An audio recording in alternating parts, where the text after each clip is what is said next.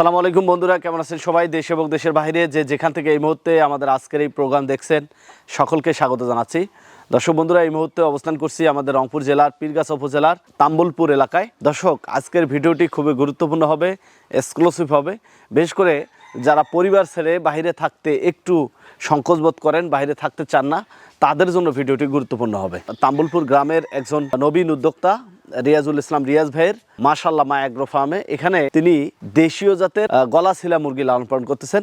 দর্শক, দেশীয় মুরগির চাহিদা অনেক বেশি, বাজার মূল্য অনেক বেশি। এই মুরগি নিয়ে অনেকে কম কাজ করে, যেগুলো দ্রুত প্রোডাকশনে আসে সেগুলো নিয়ে কাজ করা অনেকে পরিকল্পনা করে। কিন্তু রিয়াজুল ইসলাম একটা সময় ঢাকা শহরে চাকরির জন্য গিয়েছিলেন। সে সময় চাকরি তাকে ভালো লাগেনি, বাড়ির টানে পরিবারের টানে আবার সে গ্রামে ফিরে এসে কি করবে সেটি ভাবছিল। তার যে পরিত্যক্ত জায়গা আছে এখানে তিনি গলাশিলা মুরগি লালন পালন শুরু করেছেন। ছোট্ট একটি খামার হলেও এখানে অনেক শিক্ষণীয় বিষয় রয়েছে। আমরা আজকের প্রোগ্রামের মাধ্যমে সেসব বিষয় জানার চেষ্টা করব। আমরা অনেকে রয়েছি যারা গ্রামে বসবাস করি, তারা মুরগি লালন পালন করতে চাই। 100 পিস অথবা 50 পিস মুরগি লালন পালন করতে কত খরচ হতে পারে, কেমন শেড করবেন, কোন ধরনের পরিবেশে রাখলে এখান থেকে আপনি বাচ্চা প্রোডাকশন করে লাভবান হতে পারেন, সেসব বিষয়ে জানবো। রিয়াজুল ইসলাম রিয়াজ ভাই এই মুরগি পালন করতে কী কী করতেছেন, কী যত্ন নেন, কী খাওয়ান, কী ভ্যাকসিন দেন, কীভাবে বাচ্চা উৎপাদন করেন, কীভাবে বাচ্চাগুলো বিক্রি করেন, সব বিষয়ে জানানোর চেষ্টা করব। আশা করছি ভিডিওটি না টেনে পুরোটি দেখবেন। চলুন শুরু করা যাক।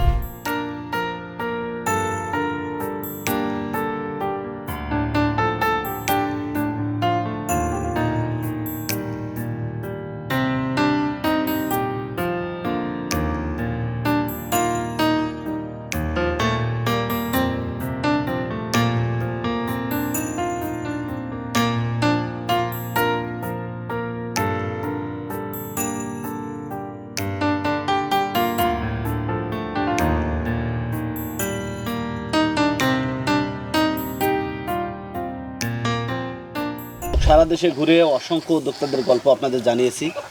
আজকে উদ্যোক্তা রিয়াজুল ভাইয়ের গল্প জানবো। একজন নবীন ছোট্ট ক্ষুদ্র উদ্যোক্তা হলেও তার ইচ্ছা শক্তি আমাকে অবাক করেছে। তিনি দেখেন দেশি মুরগি লালন পালন শুরু করেছেন। যে দেশি মুরগি গ্রামগঞ্জে ছড়াই ছিটায় লালন পালন হয়। প্রত্যেকের বাড়িতে 2-4টি মুরগি রয়েছে যেগুলো ন্যাচারালি লালন পালন হয়। লতা পাতা ঘাস এগুলো খেয়ে তারা বড় হয়। তো সেই মুরগিটাকে বাণিজ্যিকভাবেও লালন পালন করা যায়, তার একটি চিত্র আমরা দেখাবো। আমরা রিয়াজুল ভাইয়ের সাথে কথা বলবো। আসসালামু আলাইকুম। ওয়ালাইকুম আসসালাম। কেমন আছেন আপনি? আলহামদুলিল্লাহ, আপনি ভালো আছেন? আলহামদুলিল্লাহ। দেখতেছি যে আপনি মুরগি লালন পালন করতেছেন, বিশেষ করে দেশি আবার গলাশিলা, দুটি আমাকে অবাক করেছে। মুরগি পালনে উদ্বুদ্ধ হলেন কিভাবে, কিভাবে এই ছোট্ট খামার গড়ে তোলা? প্রথমত আমি ইউটিউবে দেখি, দেখার পরে ওখান থেকে আগ্রহ জাগে। এর আগে আমি ঢাকায় ছিলাম, একটা কোম্পানিতে জব করছিলাম। পরে চাকরি আমার তেমন একটা ভালো লাগে না, এই কারণে আমি চলে আসছি। পরের অধীনে থাকাটা একটু মানে খারাপ লাগে আর কি, এই কারণে আর কি চলে আসছি। আচ্ছা, ঢাকার কোথায় ছিলেন? ঢাকার সাভারে ছিলাম। আচ্ছা, কতদিন আগে গ্রামে আসলেন? আসার প্রায় 3 বছরের মতো হলো। পড়াশোনা কত দূর করেছেন? পড়াশোনা করছি ডিগ্রি 3য় বর্ষ পর্যন্ত। বাসায় কে কে আছে? আমার মা আর আমি। অনেক কিছু তো কৃষিতে করা যায়, গ্রামগঞ্জে গরু ছাগল হাঁস মুরগি, তারপর হচ্ছে মাঠের বিভিন্ন ফসল আছে, সেগুলো করা যায়। বিশেষ করে আপনি যে এলাকায় বসবাস করতেছেন এখানে প্রচুর সবজি ফসল হয়। তো এই যে দেশীয় জাতের গলাশিলা মুরগি, এটা কেন বেছে নিলেন? এটা নেওয়ার কারণ হলো এটা অল্প পুঁজিতে শুরু করা যায়, আর গলাশিলাটা করার কারণ হইতেছে এটার মার্কেটে খুব চাহিদা এটা, এই কারণে আমি এটা করছি। প্রথমে শুরু করছিলাম 10টা মুরগি দিয়ে। আচ্ছা, আমার নিজের ঘরেই আর কি শুরু করছিলাম, আমার থাকার ঘরেই। পরে সেখানে কিছুদিন করার পরে দেখি না এটাতে সম্ভাবনা আছে, এই কারণে পরে আমি এই ছোট পরিসরে এটা আবার শুরু করছি। এখানে কতগুলো মুরগি আছে এখন? এখানে টোটাল 50 পিসের উপরে। 50 পিস কি ফিমেল? ফিমেল আছে 46 পিস, আর নর্মাল মোরগ আছে 7 পিস। কোনোগুলোর বয়স হচ্ছে 1 বছরের মতো, আর কোনোগুলো প্রায় 7-8 মাসের মতো। আচ্ছা, তার মানে আপনার এখন খামারের বয়স কত বছর হলো? আমার খামারের বয়স টোটাল 3 বছরের মতো। এই অল্প করেই চলতেছে সব সময় না? নিজেদের খরচ চলে? চলে টুকটাক, অল্প চাহিদার পরিবার চলে ইনশাল্লাহ। মুরগিগুলো সংগ্রহ করছিলেন কিভাবে? এগুলা প্রথমে আমি ডিম কালেকশন করছিলাম থেকে, আমাদের গ্রাম থেকে। করার পরে আমি প্রথমে ছোট একটা ইনকিউবেটর কিনছিলাম। আচ্ছা, গ্রাম থেকে ডিম কালেকশন করি, করার পরে ওইখান থেকে আমি বাচ্চা ফুটাই। ফোটার পরে ওইখান থেকে যেটা গলাশিলা বাচ্চা আমি ওইটা করে রাখছিলাম। আচ্ছা, এই রাখার পরে রাখতে রাখতে এই দীর্ঘ 3 বছর পরে এখন। আচ্ছা, এখন তো ডিম পাচ্ছেন, জি জি। এখন দৈনিক কত পিস ডিম পান?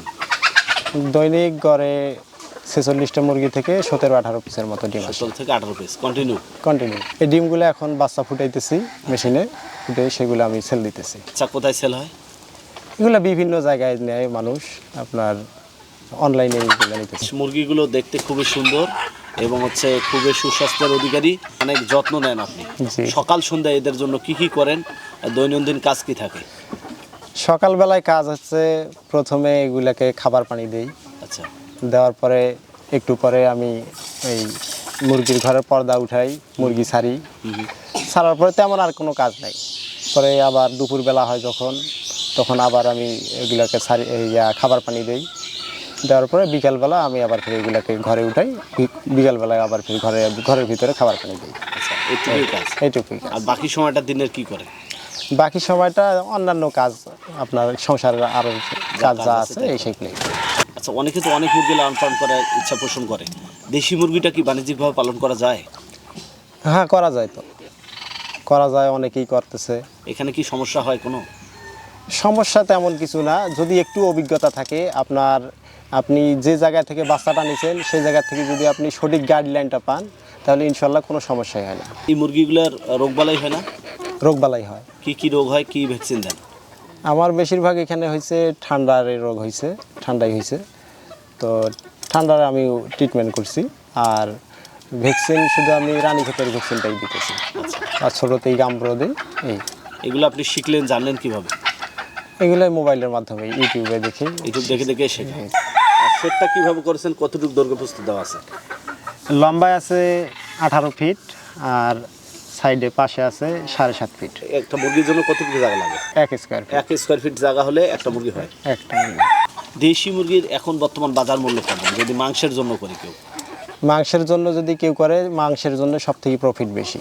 100 মুরগি যদি কেউ করে মাংসের জন্য, আপনার মিনিমাম ওইখানেই 10,000 মতো থাকবে ইনশাল্লাহ। এখানে তো অনেক মুরগি করা যেত, আপনি একবারে গ্রামের ন্যাচারাল পরিবেশ দিয়েছেন, বাঁশ ঝাড়ের মধ্যে এখানে আছে, এখানে শেড করেছেন, অল্প পুঁজি ইনভেস্ট করেই করেছেন। এখানে শেড করতে কেমন খরচ করেছেন? আমার বাউন্ডারি প্লাস এই ঘর করতে প্রায় 32,000-এর মতো গেছে। 32,000। কতগুলো মুরগি রাখা যাবে এখানে? এখানে ইনশাল্লাহ 200 প্লাস মুরগি রাখা যাবে। আচ্ছা, এটা কি পর্যায়ক্রমে বাড়বে? জি জি। আপনার ইচ্ছা শক্তি কি, কি করতে চান এই মুরগি পালন নিয়ে? আমার ইচ্ছা আছে যে আমি একটা 200 মুরগির একটা শেড করব, খামার করব ইনশাল্লাহ। আমি কম বেশি সবাইকে আমি বাচ্চা যেন দিতে পারি। 200 মুরগি যখন শেড করবেন সেই সময়টাতে কেমন আয় হবে, এই অল্প মুরগি থেকে কি বুঝতেছেন? এখন মনে করেন আপনার মাসে 5-6 হাজার থাকে। আচ্ছা, আমি আশা করতেছি যে 200 মুরগি যদি করি মিনিমাম 30-40 প্লাস হবে। 200 মুরগি পালনের জন্য প্রস্তুতি নিতে পারতেছেন না কেন? আমি আপাতত নিতে পারতেছি না, কারণ অর্থনৈতিক একটু সংকট আছে, এই কারণে আমি সামনে আগাইতে পারতেছি না। এখানে কি অর্থনৈতিক সাপোর্টটা পেলে আরো ভালো করা সম্ভব হবে? জি জি, একটু যদি আমাকে কেউ হেল্প করতো বা আমার যদি অর্থনৈতিক দিকটা যদি আমার একটু ভালো থাকতো, ইনশাল্লাহ আমার মানে প্ল্যান অনুযায়ী আমি সামনে আগাইতে পারতাম। কেউ যদি 50 পিস বা 100 পিস বা 200 পিস মুরগি লালন পালন করে, সেটাতে প্রতি মাসে খরচ কেমন হতে পারে? যখন ডিমে আসবে সেই সময়টাতে কেমন আয় হবে? যদি কেউ 100 পিস মুরগি পালন করে, সেটা যদি ডিমের জন্য পালন করে, তাহলে আপনার দৈনিক সে 40টার উপরে ডিম পাবে ইনশাল্লাহ। আচ্ছা, সেটা যদি উনি ডিম বিক্রি করে, সেখান থেকেও কিছু ইনকাম হওয়ার সম্ভাবনা আছে, আচ্ছা। হবে ইনশাল্লাহ হবেই। আর বাচ্চা যদি বিক্রি করে, ইনশাল্লাহ 20,000-এর উপরেই মাসে থাকবে ইনকাম। এই 100টা মুরগি থেকে? 100টা মুরগি থেকে। এখানে প্রতিদিনে খরচ কত হবে বা মাসে খরচ কত হবে? মাসে আপনার 2 বস্তা খাদ্য লাগবে। আচ্ছা, আপনার কাছ থেকে কেউ বাচ্চা সংগ্রহ করতে চাইলে বা মুরগি সংগ্রহ করতে চাইলে কিভাবে করবে এবং আপনি তাদেরকে কতটুকু সহযোগিতা করতে পারবেন? আমার কাছ থেকে কেউ যদি বাচ্চা নিতে চায়, তাহলে আমার নাম্বারে সরাসরি মোবাইল ফোন করবে।